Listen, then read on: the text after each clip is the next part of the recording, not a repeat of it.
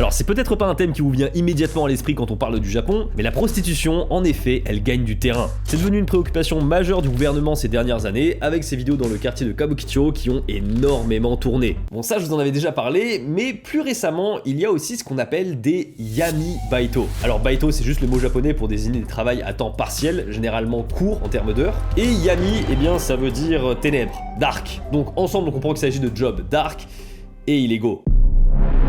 Ce sont des offres d'emploi illégales avec des mentions de rémunération généreuses et rapides le jour même. Et bien sûr, très souvent, ce sont des personnes jeunes, voire très jeunes, voire même des lycéens qui se font avoir. On leur demande leur pièce d'identité et si jamais ils veulent se retirer du projet, le recruteur anonyme les fait chanter via les informations qu'ils récupèrent sur le net ou en menaçant directement leur famille. Ça peut aller de récupérateurs d'objets un peu incongrus, de les déposer, ça peut aussi être dealer de la drogue, ça peut être aussi ouvrir un compte en banque pour le CD. La même chose pour les abonnements téléphoniques, on le crée pour le CD, ce qui est totalement illégal, mais ça peut être aussi beaucoup plus hardcore.